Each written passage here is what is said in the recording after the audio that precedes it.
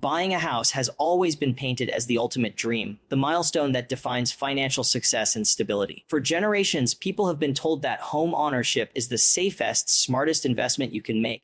But here's the truth in 2025, that dream may actually become a financial trap. Rising interest rates, inflated home prices, and the enormous hidden costs of ownership are changing the game in ways most people don't see coming. At the same time, alternative investments like stocks and index funds are giving you more freedom, flexibility, and potential for growth without tying you down to a mountain of debt. So before you rush into signing that mortgage, it's time to ask the hard question: is buying a house in 2025 really a smart move? Or is it one of the biggest mistakes you could make with your money? When most people think about buying a home, and their minds immediately jump to the mortgage payment. If they can't afford the monthly loan, they assume they can afford the house. But that perspective misses the much bigger picture. A house is not just a piece of property. It's a financial responsibility that carries a long list of hidden expenses that quietly drain your money month after month. And in 2025, these costs are hitting harder than ever before because of inflation, rising labor costs, and increasing property taxes. What many first-time buyers don't realize is that the financial commitment of owning a home stretches far beyond the down payment and mortgage. And that's where people often find themselves trapped. Start with property taxes. In many markets, they've climbed significantly as local governments look for ways to cover budget shortfalls. Even if your mortgage payment feels affordable, an increase in property taxes can add hundreds of dollars per month without warning. For example, a home valued at $400,000 might come with an annual property tax bill of $6,000 or more, which translates into an additional $500 each month that doesn't build equity. It simply goes to the government. That's money you'll never get back. No matter how long you own the property. Next, there's homeowners insurance. Insurance companies have been raising premiums dramatically because of natural disasters, climate risk, and rising repair costs. In 2025, we're seeing double-digit increases in insurance premiums across many states. For some homeowners, what used to cost $4,200 per year now costs $2,000 to $500 or even $3,000 to $1,000. And if you live in a flood zone, hurricane zone, or wildfire-prone area, you could easily pay much more. These are recurring costs that renters never have to worry about, yet buyers often underestimate or overlook entirely when calculating their affordable budget.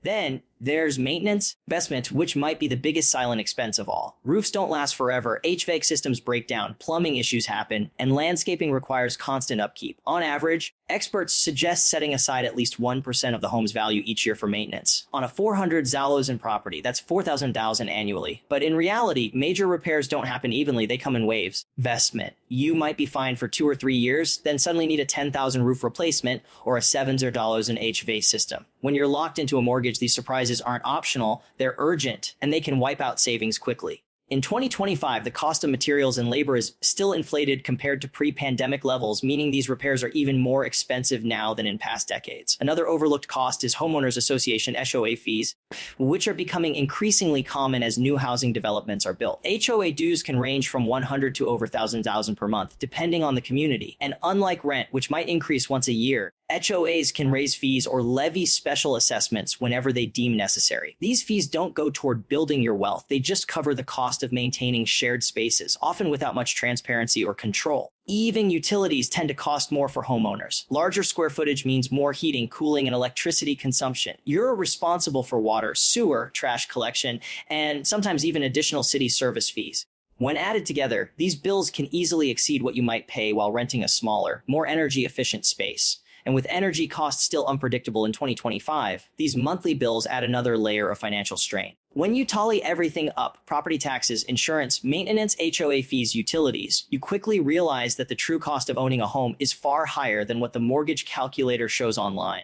What looks like a $2,000 monthly payment might realistically be $3,000 or more once all hidden expenses are included. Over the course of a year investment, that extra $15,000 per month equals $12,000 in additional expenses, money that could have been invested in stocks, bonds, or index funds, where it might actually grow instead of disappearing into the black hole of homeownership costs. Man, this is the harsh reality. In 2025, homeownership is not the automatic wealth building strategy it once was. The dream of buying a house often blinds people to the long-term financial burden they're committing to. When you strip away the romanticized idea of owning your own place and actually look at the numbers, it becomes clear that a home is less of an investment and more of a liability, especially when compared to the flexibility, liquidity, and compounding power of the stock market. And unless housing prices drop significantly or interest rates come down, the hidden costs of ownership will continue to make buying a home one of the least efficient uses of capital in today's economy. When people compare stocks to real estate, the common argument in favor of owning property is that at least it's tangible. You can see it, touch it, live in it, and rent it out if you choose. That emotional connection to real estate often makes it feel safer than the stock market, which is intangible and can fluctuate wildly from day to day. But when you step back and analyze the numbers, especially in 2025, the story looks very different. Investment. The opportunity cost of putting money into a house versus investing in the stock market has never been more obvious. And for most people, the math leans heavily in favor of stocks. First, consider the long-term performance. Historically, real estate in the United States appreciates at about 3-4% per year when you strip out inflation. That means if you bought a $400,000 home, you might expect it to be worth $412,000 to $460,000 after 1 year. It's not bad, but when you compare that to the stock market, the difference is striking. Over long periods of time, the S&P 500 has averaged around 10% annual returns, even after accounting for recessions and market crashes. That means your $400,000 invested in an index fund could realistically grow to $440,000 in the same year, far outpacing the home's appreciation. Over decades, that gap compounds dramatically. Investment, leaving stock investors significantly wealthier than those who tied up their money in real estate. The second factor is liquidity. When you put your money into a home, it's locked up. You can't just sell off the garage or the kitchen if you need $20,000 for another opportunity. You either sell the whole property or borrow against it, often at unfavorable interest rates. Stocks, on the other hand, are liquid. You can sell a portion of your holdings instantly and move your money into another investment, cover an emergency, or take advantage of a market dip.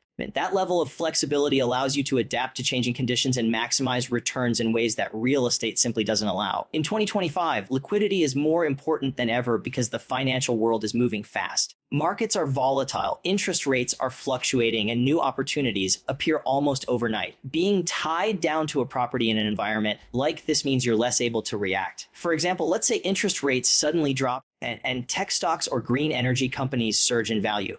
A stock investor can shift capital immediately to capture those gains. A homeowner, they're stuck paying their mortgage and hoping the housing market eventually catches up. Another overlooked aspect is diversification. When you buy a home, you're essentially making a single, concentrated bet on one property in one neighborhood in one city. If that local market underperforms or property values stagnate, your entire investment suffers. With stocks, diversification is built in. Even with a single index fund, you own small pieces of hundreds of companies across industries and regions. Investment. That spreads out your risk and increases your chances of capturing growth, regardless of whether one sector underperforms. In other words, the stock market doesn't put all your eggs in one basket, while real estate almost always does. Now, consider the costs. In the previous point, we looked at the hidden expenses of home ownership, taxes, insurance, maintenance, HOA fees. All of those reduce your net return on a property. In contrast, the cost of investing in stocks is minimal. Many brokerages offer zero commission trades, and index funds charge expense ratios of just 0.03% to 0.05%. If you invest a 100 Zotos, you might pay 30 or 50 in fees for the entire year. Compare that to thousands of dollars in upkeep on a house, and it's easy to see which option leaves you with more money compounding year after year. There's also the psychological factor of growth. With real estate, gains feel slow and static. You buy the property, make payments, and wait for appreciation. With stocks, you can see growth accumulate month after month, dividend payments hitting your account and compounding at work. That feedback loop not only builds wealth, but also builds discipline. It encourages investors to keep adding money consistently, which accelerates growth even further. In 2025, the opportunity cost is even more glaring because housing appreciation is cooling. Rising mortgage rates have priced many buyers out, which means fewer people are competing for homes. Without the frenzy of bidding wars and rapid appreciation we saw during the pandemic years, housing is moving closer to its long-term average of 3-4% growth. Meanwhile, sectors of the stock market, technology, artificial intelligence, renewable energy, and healthcare are positioned for double-digit growth potential in the coming years. By choosing a house, you're essentially choosing slower returns, investment, higher costs, and less flexibility. The bottom line is that every dollar you put into a down payment, closing costs, and home repairs is a dollar you're not putting into investments that could be compounding at a much higher rate. That's the real opportunity cost of home ownership in 2025. While owning property may feel safe and tangible, the numbers tell a different story. Stocks not only outperform real estate historically, but they also give you the flexibility, liquidity, and diversification to grow wealth more efficiently in today's economic climate, in a world where capital needs to work as hard as possible for you. Locking it into a house is one of the least efficient moves you can make. One of the biggest differences between investing in stocks and buying real estate is the level of flexibility you give up when you sign onto a mortgage. A home purchase may feel like an achievement, but it comes with a weighty consequence: decades of debt and a serious reduction in your financial mobility. In 2025, when the economy is shifting rapidly, interest rates remain high, and new opportunities are constantly emerging, flexibility isn't just a luxury, it's essential. This is why tying yourself down with a house can actually set you back rather than push you forward. When you purchase a property, you're usually committing to a 15-year or 30-year mortgage. That's a multi-decade obligation to send thousands of dollars to the bank every month, regardless of what happens in your personal life, career, or the economy at large. Lose your job? The bank doesn't care. Want to move to another city for a better opportunity? Selling a home can take months, and you might lose money after paying realtor fees and closing costs. Life changes quickly, but mortgages don't. That lack of flexibility can keep people locked into situations that are no longer beneficial, whether financially or personally. Contrast that with stocks. If you invest in an index fund or even individual companies, investment,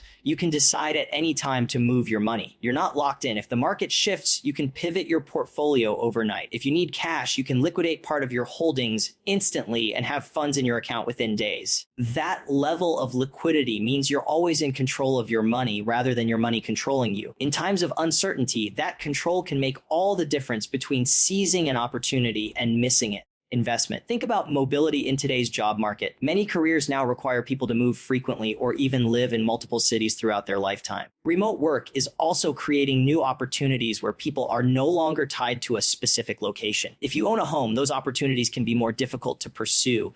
You can't just pack up and go without the hassle of selling, renting out, or maintaining a property from afar. Renting or staying invested in liquid assets like stocks gives you the freedom to adapt to where opportunities take you, instead of being stuck in one place because of a house. There's also the issue of financial risk. When you put your money into stocks, your maximum exposure is the value of your investment.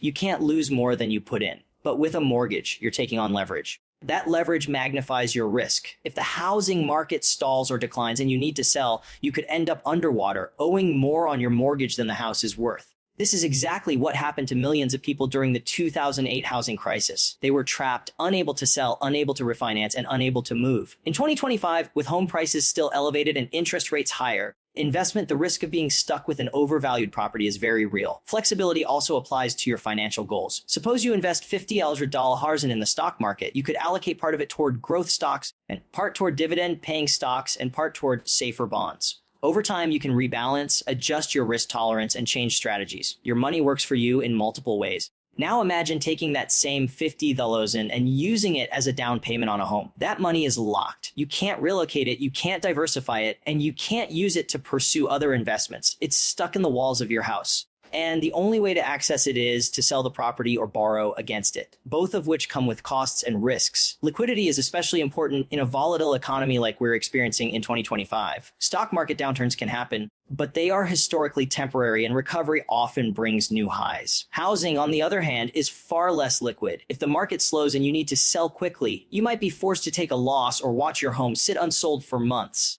That lack of liquidity not only ties up your money, but also reduces your ability to respond to financial emergencies or opportunities when they arise. Some argue that homeownership provides stability, and while it does give you a fixed address, investment, that stability comes at the cost of flexibility. True financial stability comes from being able to adapt, adjusting your investments, moving to new locations, or shifting strategies as conditions change. In today's fast-paced world, the ability to pivot is more valuable than the illusion of stability that a mortgage provides. The reality is that debt reduces freedom. A mortgage is a long-term contract that limits your choices, while stocks give you the freedom to decide how and where your money works. In 2025, when financial flexibility can mean the difference between thriving and barely surviving, tying yourself down to a house makes less sense than ever before. Owning a home might give you pride of ownership, but it takes away your ability to move quickly, adapt to new opportunities, and keep your financial future in your own hands. And that loss of flexibility could be far more costly than people realize. The biggest danger of buying a house in 2025 is not just the debt you take on or the hidden costs you pay every year. It's the market itself. Real estate prices across many parts of the country remain historically inflated compared to wages, while interest rates are still high enough to make monthly payments unaffordable for a large segment of buyers. Investment. This combination creates a dangerous setup where people are overpaying for homes that may not appreciate in value and are financing them at some of the most expensive borrowing costs we've seen in decades. When you zoom out and look at the larger picture, the housing market in 2025 is filled with red flags that buyers can't afford to ignore. Start with prices. Over the past several years, home values skyrocketed far faster than incomes. Even though the frenzy of 2020 and 2021 has cooled, prices haven't dropped enough to bring affordability back in line with historical norms. In many cities, the cost of owning a home is still 3 to 4 times higher than the cost of renting the same property. That's not sustainable. When prices are disconnected from fundamentals like income, job growth, and rental value, they eventually correct. Buyers in 2025 risk purchasing at a peak or near peak market, only to watch values stagnate or worse, decline over the next several years. Now add in interest rates. Mortgage rates remain elevated compared to the historically low rates we saw just a few years ago.